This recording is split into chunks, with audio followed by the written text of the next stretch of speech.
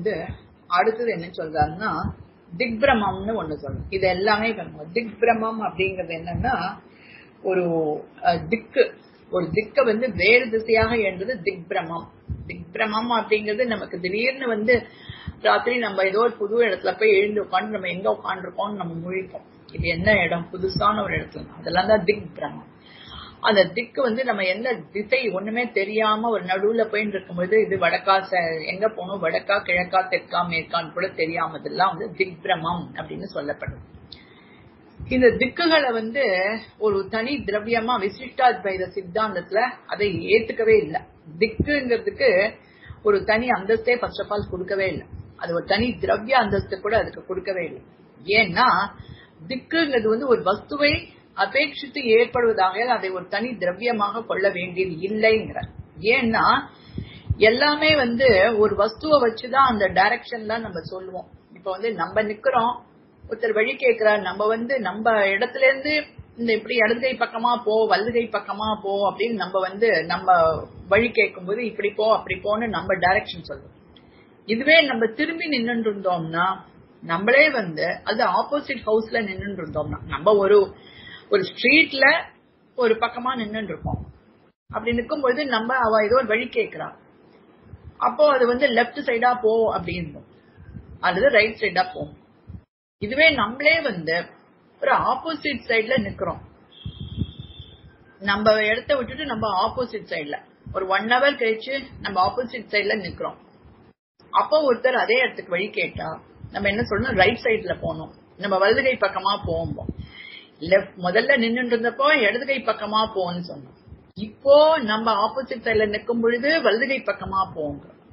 இது எல்லாமே வந்து இந்த டைரக்ஷன்ஸ் எல்லாமே ஒரு வஸ்து நம்ம எங்க நிக்கிறோமோ அதை வச்சுதான் நம்ம கிழக்கு மேற்கு சவுத்து இந்த மாதிரி இதெல்லாம் நம்ம சொல்றோம். இப்போ ஊர்கள் கூட அப்படிதான், நம்ம எந்த ஊர்ல இருக்கோமோ அந்த ஊரை வச்சுதான்.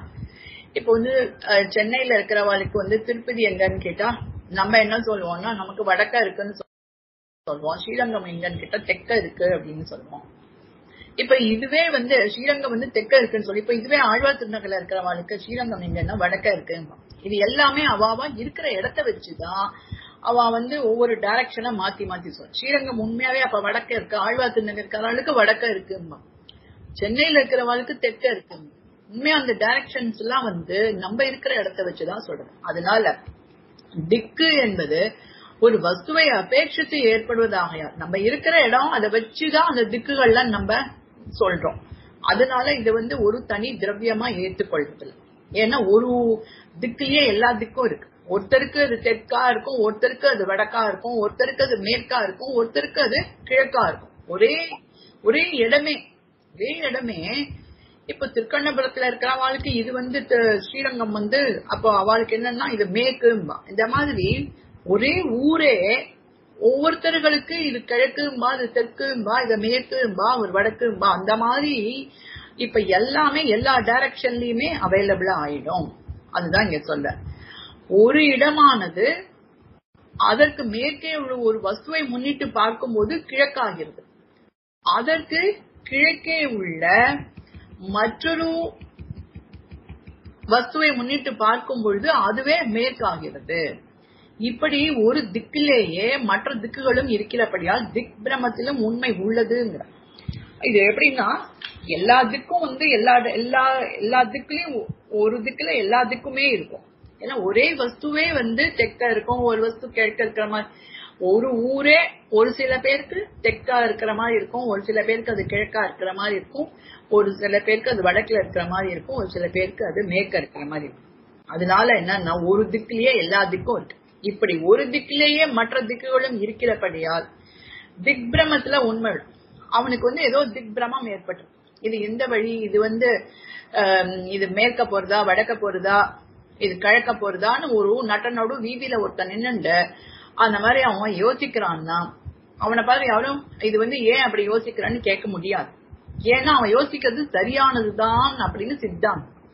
ஏன்னா ஒரு திக்குலயே வந்து ஒரு சில சமயத்துல அது கிழக்குன்னு சொல்றா, சில சமயத்துல அது வடக்குங்கிறா, சில சமயத்துல அது மேற்குங்கிறா. அந்த மாதிரி ஒரு திக்குல மற்ற திக்குகள் இருக்கிறதுனால அவனுக்கு அங்க உண்டான பிரமமும் உண்மை அப்படின்னு சொல்ற. இதெல்லாம் கரெக்டா புரிஞ்சுக்கணும். அந்த இடங்கள்ல எல்லாம் சந்தேகம் இருந்தா கேளுங்க. ஏன்னா ஒரு திக்குல மற்ற திக்கு இருக்குங்கிறத நம்ம முதல்ல ஒத்துக்கணும்.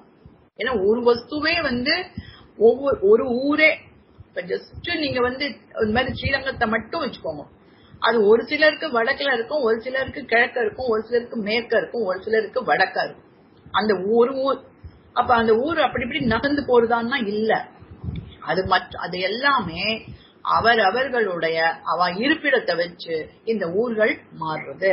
அப்போ ஸ்ரீரங்கமே வந்து மேற்காவும் மேற்குங்கிற திக்கும் வடக்குங்கிற திக்கு கிழக்குங்கிற திக்கு எல்லாமே அந்த திக்குல அவைலபிளா இருக்கு. அதனால ஒரு திக்கிலேயே மற்ற திக்குள்ள இருக்கிறதுனால இப்ப ஒருத்தன் வந்து வழி தெரியாம அந்த திக் பிரமம் அடையறான்னா அப்ப அந்த திக் பிரமம் அவனுக்கு ஏன் அப்படி ஏற்பட்டிருக்குன்னா ஒரு திக்குல எல்லா திக்கும் இருக்கிறதுனாலதான் அந்த திக் பிரமம் அவனுக்கு உண்டாருது. அந்த திக்கு எந்த திசையில போகணும்னு அவனுக்கு தெரியல அப்படின்னு அவன் முழிக்கிறான்னா அதுக்கு காரணம் வந்து அவனுக்கு வழி தெரியலங்கிறது அது வேற விஷயம். ஆனா அந்த மாதிரி பிரமம் வர்றதுக்கு என்ன காரணம்னா இதுதான் காரணம். ஏன்னா ஒரு சிலருக்கு இது வந்து கிழக்க இருக்கிற மாதிரி இருக்கும் ஒரு ஊரு, சில பேருக்கு அது வடக்க இருக்கிற மாதிரி இருக்கு. அந்த மாதிரி அமைப்புகள் இருக்கிறதுனால திக் பிரமத்துல உண்மை இருக்கு அப்படின்னு. இது புரியுதா? திக் பிரமத்துல உண்மை இருக்குங்கிறது புரியுதா?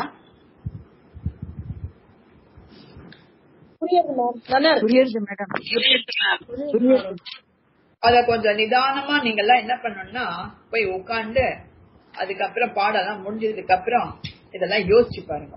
அதுதான் வந்து இந்த மாதிரி அந்த திக் பிரமம் எல்லாம் எப்படி அப்படின்ட்டு நீங்க புரிஞ்சுக்கணும். அதான் ஒரு திக்கினுடைய அம்சத்தை வந்து என்னன்னா நம்ம ஒரு திக்கினுடைய அம்சத்தை கிரகிக்கும் போது எல்லா திக்கிலும் எல்லா திக்குகளுடைய அம்சங்கள் இருக்கு. கிழக்கு திக்க பார்த்து மேற்கு திக்காக பிரமிக்கிறோம். எல்லா திக்கிலும் எல்லா திக்குனுடைய அம்சம் உள்ளபடினால அதனால என்னன்னா ஒரு திக்கினுடைய அம்சத்தை கிரகிக்காமல் இன்னொரு திக்கினுடைய அம்சத்தை கிரகிச்சோம்னா அதுவும் வந்து இந்த மாதிரி இருக்கிறதுனாலதான் இப்படி கிரகிக்கிறோம். இது வந்து இதுக்கு காரணம் என்ன? இந்த மாதிரி கிரகிக்கிற அறிவும் ஒரு திக்க இன்னொரு திக்கா கிரகிச்ச அறிவும் வந்து யதார்த்தம் தான், உண்மையானதுதான். ஆனா அதுக்கப்புறம் அவனுக்கு அது ராங்கா அவன் போயிடுறான்னா அது வேற விஷயம். ஆனா அவன் கிரகிச்ச அறிவுல வந்து அதுல உண்மைதான் இருக்கு, திக் பிரமத்திலயும் உண்மைதான் இருக்கு அப்படின்னு. இதெல்லாம் சித்தாந்தம். இதெல்லாம் நமக்கு வந்து எப்படின்னா பாஷ்யக்காரோட சித்தாந்தம் நமக்கு ஸ்ரீபாஷ்யத்துல உள்ள போக போகதான் நமக்கு புரியும். அவர் ஏன் வந்து இந்த மாதிரி எல்லா அறிவிலும் உண்மை இருக்குங்கிறன்னா இது வந்து நிறைய மத்த பிலாசபி எல்லாத்தையும் வந்து அவர் டிஸ்பியூட் பண்ணிட்டு இருக்கார். அவளுடைய அந்த கியாதிவாதத்தினாலதான் இவர் வந்து எல்லா அறிவும் உண்மைன்னு சொல்றார். அதுக்கப்புறம் கொல்லிக்கட்டை வேகமாக சுற்றும் பொழுது தோன்றும் கொள்ளிவட்டம் ஒன்று என்னும் அறிவும் உண்மையானது.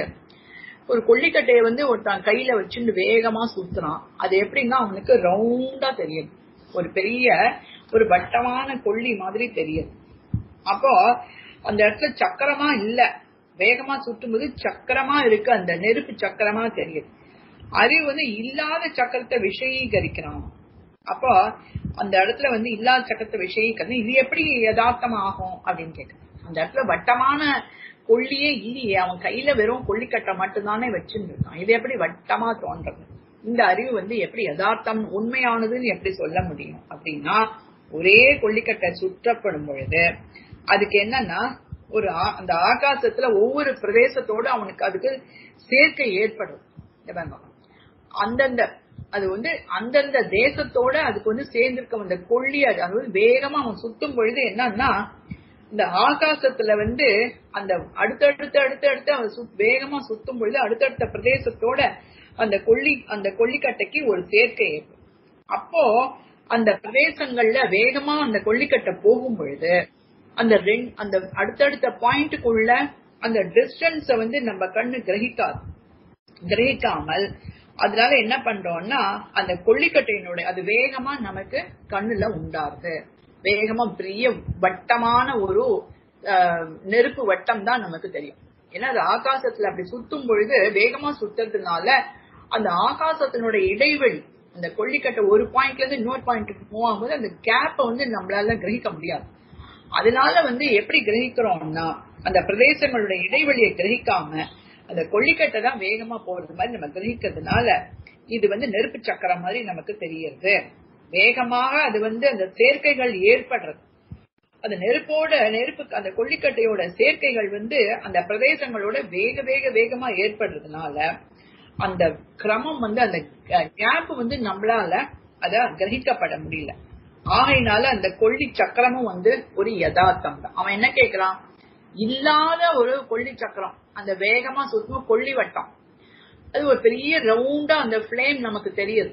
அது எப்படி இது உண்மையான அறிவு இல்லையே, இது எப்படி யதார்த்தமாகும்னா அதுக்கு அவர் என்ன சொல்றாருன்னா, அந்த கேப் அந்த ஆகாசத்தை அது வேகமா சுத்தும். ஆகாசம்னா என்ன அர்த்தம், எல்லாம் நம்ம அந்த கொல்லிக்கட்டையை வேகமா சுத்தும் பொழுது அதுல ஒவ்வொரு பிரதேசத்துக்கும் உள்ள அந்த இடைவெளியை நம்ம கண்ணால கிரகிக்க முடியல, அது வேகமா சுத்தின்னு இருக்கிறதுனால. அதனால நமக்கு அப்படி தெரியுது. வேகமாக சுற்றுவதால் 2 இடங்களுக்கு நடுவில் உள்ள இடைவெளி தோன்றாமல் அது வட்டமாக தோன்றுகிறது. ஆகையால் இவ்வாறு காணப்படுவதில் பொய் இல்லை. அப்புறம் அடுத்ததும் என்ன சொல்றாருன்னா, நமஸ்காரம் மேடம். இப்போ இது இந்திரியத்துல இருக்கிற தோஷம் மாதிரி, இப்போ மஞ்ச காமால இருக்கிறவாளுக்கு அந்த மஞ்சளா தெரியறதுங்கிறது அந்த தோஷம், அந்த கண்ணுல அவளுக்கு அந்த நோய் இருக்கிறதுனால அப்படி. இப்ப நம்ம கண்ணால அதை பார்க்க முடியல. அந்த இப்ப நம்ம இதுவே ஒரு கேமரா அந்த மாதிரி எடுத்துட்டோம், ஹை ஸ்பீட்ல பார்க்கும்போது அதை பார்க்க முடியும் அந்த கேப்ப. நம்ம கண்ணுக்கு அந்த சக்தி இல்ல இல்லையா? அப்போ இந்திரியத்துல தோஷம்ன்ற மாதிரி எடுத்துக்க முடியாதா? இல்ல இப்ப உங்களுக்கு அது கேமரா, அது உங்க லேட்டஸ்ட் டெக்னிக்ஸ வச்சு நீங்க பாக்குறதெல்லாம் விடுமா. இப்ப அவனுக்கு என்னன்னா, அது வேகமா ஒரு கொள்ளிவட்டம் வேகமா சுத்தும் பொழுது ஒரு கொள்ளிவட்டம் தான் நமக்கு தெரியுது. கேமரா வச்சுட்டு பாத்துனாலும் அது என்னன்னா, அது உண்மையான அறிவுங்கிறது தெரியும், கொல்லிக்கட்டை தான் இருக்குங்கிறது அவனுக்கு தெரியும். அது யதார்த்தமான அறிவு தான், கொல்லிக்கட்டை தான் அப்படின்னு அவனுக்கு புரிஞ்சுக்க போறான். இப்ப அவன் என்ன கேக்குறான்னா, அது கொல்லி வட்டமா தெரியறதே அப்படின்னா அந்த பிரதேசம் அந்த கொல்லிக்கட்டையை அவன் வேகமா சுத்தும் பொழுது ஒரு பாயிண்ட்டுக்கு இன்னொரு பாயிண்ட்டுக்கு இருக்க அந்த இடைவெளியை அது நம்ம கிரகிக்காதனால அது ஒரு வட்டமா தெரியறது, அவ்வளவுதானே வெளிய. உண்மையாவே அந்த இடத்துல கொல்லிக்கட்டை தான் ஆகாசத்துல அப்படி சுத்தின்னு இருக்கு.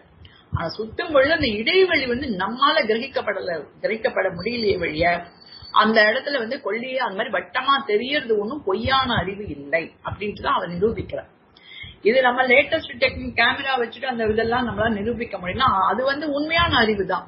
அப்படி அந்த மாதிரி தனித்தனியா கொல்லிக்கட்டைய பாக்குறதுக்கு முடியும் அப்படின்னா அது உண்மையான அறிவு தான். இப்ப என்ன கேக்குறான்னா, இல்லவே இல்ல, அந்த இடத்துல வெறும் கொல்லிக்கட்டை தானே இருந்தது, அது அந்த இது திடீர்னு கொல்லி வட்டமா அவனுக்கு தெரியறது, இதை எப்படி உண்மையா இல்லாத ஒரு கொல்லி வட்டம் எப்படி அது உண்மைன்னு சொல்ல முடியும் அப்படின்ட்டு அவன் கேட்கலாம்.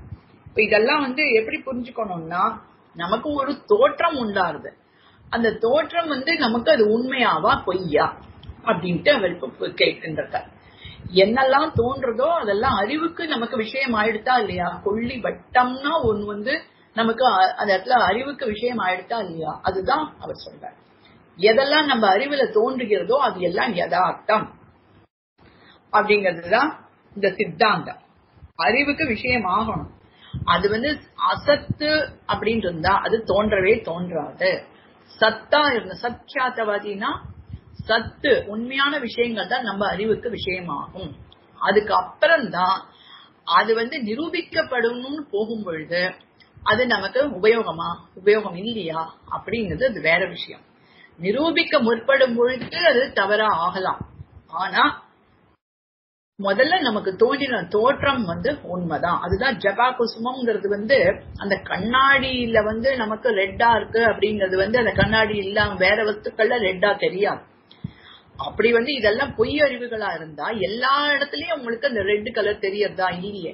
ஒரு ஸ்பட்டிகத்துல மட்டும் அந்த ரெட் தெரியுதுன்னா அதனுடைய தன்மை ஸ்பட்டிகமா இருக்கிறதுனால அதை பிரதிபலிக்கும். அப்ப நமக்கு அந்த ரெட் கலரா அந்த ஸ்பட்டிகம் தோணினது உண்மையான அறிவு தான். மற்றதுகள்ல தோணல, ஆனா இதுல மட்டும் நமக்கு தோற்றத்தை உண்டு பண்ணிட்டு எங்கெல்லாம் நமக்கு ஒரு தோற்றம் காணப்படுறதோ அதை அறிவும் கிரகிக்கிறது. சிகப்பு கலர் ஸ்பட்டிகமா அதை கிரகிக்கிறோம். நம்ம அறிவு ஒரு தோற்றத்தை எங்கெல்லாம் கிரகிக்கிறதோ அதெல்லாம் உண்மையான அறிவு தான் அப்படின்னு சொல்றேன். அந்த அறிவை பத்தி தான் நம்ம இப்ப புரிஞ்சுக்கணும். அதுக்கப்புறம் அதை நிரூபிக்கும் பொழுது அது பிரமமா ஆகலாம், உபயோகப்படாமல் ஆகலாம். இப்ப காணல் நீர் மாதிரி நமக்கு உபயோகப்படாமல் இருக்கலாம்.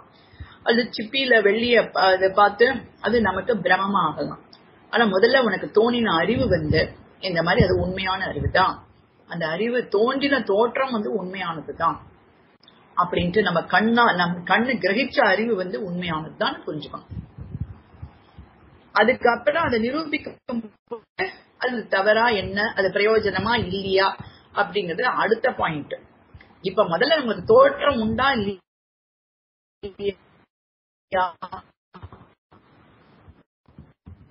அதுதான்.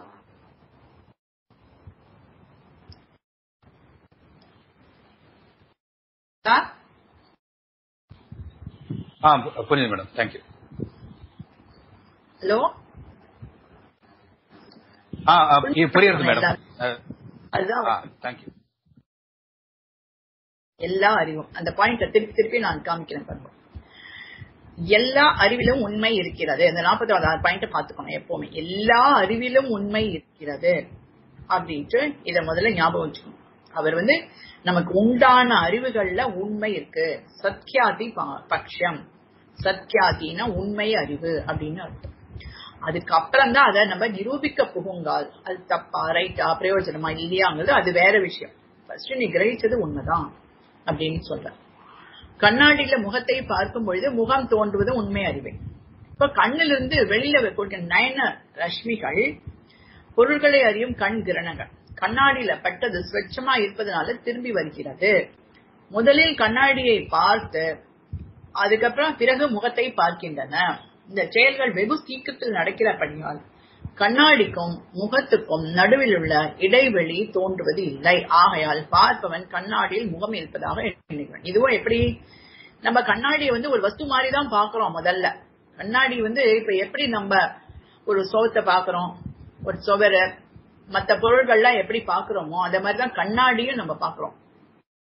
கண்ணாடி முதல்ல வந்து அது ஒரு வஸ்து மாதிரிதான் பாக்குறோம். ஆனா கண்ணாடியில என்ன ப்ராப்ளம்னா அது வந்து ஸ்வச்சமா இருக்கு. அந்த ரேஸ் வந்து என்னன்னா அதுல பட்டு நமக்கு அப்படியே ரிஃப்ளெக்ட் ஆகுது, திரும்புறது அது. அப்போ நம்ம முதல்ல வந்து கண்ணாடிய ஒரு வஸ்துன்னு தான் நம்ம கண்ணு பாக்குறது. ஒரு வஸ்து மாதிரி, அது ஒரு சுவர் மாதிரியோ ஒரு புஸ்தகம் மாதிரியோ ஒரு டேபிள் மாதிரியோ ஒரு வஸ்து, அது ஒரு வஸ்து மாதிரி தான் பாக்குறது. ஆனா அதை பாக்குறதுக்குள்ள என்ன ஆயிடுது, ரொம்ப ஃபாஸ்டா என்ன ஆயிடுறதுன்னா நம்ம கண்ல இருந்து வரக்கூடிய அந்த கண்ணுடைய கிரணங்கள் நயன ரஷ்மி இது வந்து கண்ணாடி நம்ம வஸ்து மாதிரி பார்த்துட்டு இருக்கிறதுக்குள்ள அது அந்த சர்ஃபேஸ்ல பட்டு ரிஃப்ளெக்ட் ஆயிடும். அப்போ அந்த ரிஃப்ளெக்ட் ஆகும்போது நம்மளுடைய முகத்தை அது பிரதிபலிக்கிறது. அந்த கண்ணாடிங்கிறது ஒரு ஸ்வச்சமா இருக்கு, ரிஃப்ளெக்டிங் ஸ்பேஸா இருக்கிறதுனால அது வந்து பிரதிபலிச்சு நம்ம முகத்தை காட்டிடுறது. நம்மளுடைய கண்ணு வந்து நம்ம கண்ணாடியை தான் பாக்குறோம். அதுக்குள்ள என்ன, முதல்ல கண்ணாடிய பார்த்து கண்ணாடிய ஒரு வஸ்து மாதிரி பார்த்து பிறகு முகத்தை தான் நம்ம பாக்குறோம். அது என்ன ஆயிடுதுன்னா முதல்ல நம்ம கண்ணாடிய ஒரு வஸ்து மாதிரி பாக்குறோம், அதுக்குள்ள என்ன ஆயிடுதுன்னா நம்மளுடைய ஃபேஸோ நம்மளோட இதுவோ அது உடனே வந்து ரிஃப்ளெக்ட் ஆயிடுறதுனால அந்த ரெண்டும் வந்து ரொம்ப சீக்கிரத்துல நடக்கணும். இந்த செயல்கள் ரெண்டுமே நம்ம கண்ணு முதல்ல கண்ணாடியை தான் பாக்கணும்னு பாக்குறது, ஒரு வஸ்து மாதிரி பாக்குறது, அதுக்குள்ள நம்ம ஃபேஸ வந்து அது ரிஃப்ளெக்ட் பண்ணிட்டதுனால ரெண்டும் ரொம்ப சீக்கிரத்துல நடக்கிறதுனால கண்ணாடிக்கும் முகத்துக்கும் நடுவுல இடைவெளி தோன்றுவதில்லை. ஆகையால் கண்ணாடியில முகம் இருப்பதாக எண்ணுகிறான் அப்படின்ட்டு சொல்றான். இது வந்து இந்த கண்ணாடியில முகம் நம்ம வந்து பார்க்கும்போது அவன் என்ன சொல்றான்னா இது வந்து ஒரு பொய்யானது. அந்த கண்ணாடியில முகம் தென்படுனா அதுல உண்மையிலேயே அங்க அவன் என்ன கேட்கிறான்னா கண்ணாடியில உண்மையிலே அங்க முகமே இல்ல, கண்ணாடியில முகத்தை பாக்குற அறிவு வந்து எப்படி யதார்த்தமாகும்னு அங்க கேள்வி. அங்க பூரபக்ஷி எப்படி கேட்கிறான்னா கண்ணாடியில நம்ம முகம் தென்படுகிறது, ஆனா அங்க உண்மையிலேயே நம்ம முகமே அங்க இல்லையே, இல்லாத ஒரு முகம் எப்படி வந்து அங்க தெரியுது. அப்ப அங்க உண்டாகிற அறிவு எப்படி வந்து உண்மையான அறிவா இருக்கும், யதார்த்தம் அது எப்படி யதார்த்தமாக இருக்கும் அப்படின்ட்டு அவன் கேட்டு இந்த இடத்துல பூர்வபக்ஷி அந்த மாதிரி கேட்டிருக்கான். ஏன்னா பதில் மட்டும்தான் சுவாமி கொடுத்திருக்க பாருங்க. கண்கள்ல இருந்து புறப்பட்ட கிரணங்கள் கண்ணாடியில அடிபட்டு திருப்பி நம்ம கண்ணை நோக்கி திரும்பி வருது. ஏன்னா அது ஸ்வச்சமா இருக்கிற சர்ஃபேஸ். அப்போதான் வந்து நம்ம வந்து என்ன பண்றோம்னா நம்ம கண்ணாடிய ஒரு வஸ்து மாதிரிதான் பாக்குறோம். மற்ற வஸ்துக்கள் எல்லாம் எப்படி நம்ம கண்ணு பாக்குறதோ அந்த மாதிரிதான் கண்ணாடியும் அது ஒரு பொருள் மாதிரிதான் பாக்குறோம். ஆனா பாக்குறதுக்குள்ள அங்க வந்து என்ன ஆயிடுதுன்னா அது சர்ஃபேஸ் அப்படி இருக்கு, ரிஃப்ளெக்டிங் சர்ஃபேஸா இருக்கிறதுனால அது உடனே வந்து நம்ம கண்ணுல இருந்து வர்ற ரேஸ் வந்து பட்டு அந்த வஸ்துவை பார்க்கும்போது அது கண்ணாடியில இருந்து அது ரிஃப்ளெக்ட் ஆகும். அப்ப நம்ம கண்ணாடியும் பார்க்கறோம், அதுல தெரிகிற நம்ம முகத்தையும் பார்க்கறோம். அது ரெண்டும் கண்ணாடிக்கு முகத்துக்கும் உள்ள இடைவெளியே நம்ம அறிவு கிரகிக்கிறதுக்குள்ள நம்ம முகம் நமக்கு தெரிகிறது. அதுக்கு என்ன காரணம்னா நமக்கு ரொம்ப ஸ்பீடா அது ரெண்டுமே ஒரு நிமிஷத்துல நடக்குது. அதுக்கான ரொம்ப நம்மளுடைய கண்ல இருந்து கிளம்புற ரேஸ் கண்ணாடியில பட்டு திரும்புறது ரொம்ப வேகமா நடக்கிறது.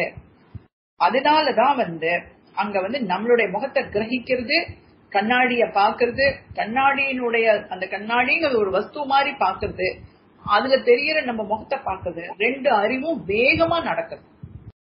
அந்த ரெண்டு அறிவும் வேகமா நடக்கிறதுனால இப்ப என்னன்னா கண்ணாடியில முகம் தெரியறது அப்படின்ட்டு நம்ம சொல்றோம்.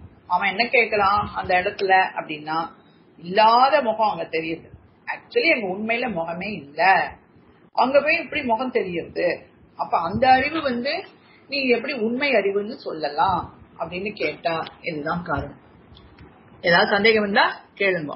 என்ன இதுதான் இது சித்தாந்தியுடைய ரிப்ளை இருக்கு இந்த இடத்துல. ஆனா அவன் என்ன கேள்வி கேட்டான்னு உங்களுக்கு இல்ல இந்த இடத்துல. இது எப்படி சித்தாந்தம் மட்டும் இருக்கும் இந்த பாயிண்ட்ல. கண்ணாடியில் முகத்தை பார்க்கும் பொழுது முகம் தோன்றுவது உண்மை அறிவேன்னு சொல்லிருக்கு. அவன் என்ன கேட்டிருக்கான், அவன் என்ன கேட்கான்னா, கண்ணாடியில முகம் தெரியறதே, அங்க உண்மையில முகமே இல்லையே, கண்ணாடியில முகத்தை பார்த்தலாகிற அறிவு எப்படி உண்மை அறிவு ஆகும் அப்படிங்கிறது அந்த கேள்வி. அதுக்கு கண்ணாடியில முகத்தை பார்க்கும்போது முகம் தோன்றுவது உண்மை அறிவே பதிலோட இருக்கு. அதுக்குதான் அது சொல்றேன். இது கண்ணுல இருந்து வெளிக்கிழமை நாயன ராஷ்மிகள் கண்ணாடியில பட்டு அது ஸ்வச்சமா இருக்கான்னு திரும்பி வருகிறது. அப்போ நம்ம கண்ணாடியை பார்க்கணும்னு பார்த்தா கூட, வெறும்னு கண்ணாடியை பார்க்கணும்னு பார்த்தா கூட அது ரிஃப்ளெக்டிங் சர்ஃபேஸ்னா நம்ம மூஞ்ச காமிச்சு விடுறது. காமிச்ச உடனே அவன் கண்ணாடியும் பார்க்கணும்னு பாக்குறான், அதுக்குள்ள முகம் நமக்கு ரிஃப்ளெக்ட் ஆயிட்டதுனால அந்த இடத்துல முகம் தெரியாது. நம்ம கண்ணாடியும் கிரகிக்கிறோம், முகத்தையும் கிரகிக்கிறோம். அது ரெண்டு வேகமா நடக்கிறதுனால நமக்கு அந்த இடைவெளி தோன்றுவது இல்லை. கண்ணாடிக்கும் முகத்துக்கும், கண்ணாடியை பார்க்கறது முகத்தை பார்க்கறதுங்கிற அந்த இதுல கேப், அந்த இடைவெளி தோன்றுவதில்லை. ஆகையால் பார்ப்பவன் கண்ணாடியில் முகம் இருப்பதாக எண்ணுகிறான். புரியுதா? சந்தேகம் இருந்தா கேளுங்க. இதெல்லாம் அப்படி கொஞ்சம் யோசிச்சு பார்க்கணும். இதெல்லாம் அப்பதான் உங்களுக்கு புரியும். இந்த சித்தாந்தம் எல்லாம் பாஷ்யக்காரர் எவ்வளவோ இது பண்ண. இப்ப கடைசியில திமிரம்னு ஒரு கண்ணுல ஒரு நோய் இருக்கு. திமிரம்ங்கிற கண்ணு நோயினால என்னன்னா அது எல்லாம் ரெண்டா தெரியும். சில பேருக்கு கண்ணுல திமிரம்ங்கிற நோய் இருந்தாலே எல்லா ஐட்டம்ஸும் ரெண்டா தெரியும். அது ஒரு மாதிரி கண்ணுல இருக்கக்கூடிய ஒரு நோயின்னு சொல்றா, அந்த காலத்துல எல்லாம் சொல்றா. அல்லது இன்னொன்னு இது கண்ணுல விரல வச்சுட்டு கீழேயோ எங்கேயோ அப்படியே அழுத்தினோம்னா அப்ப ரெண்டா தெரியும்.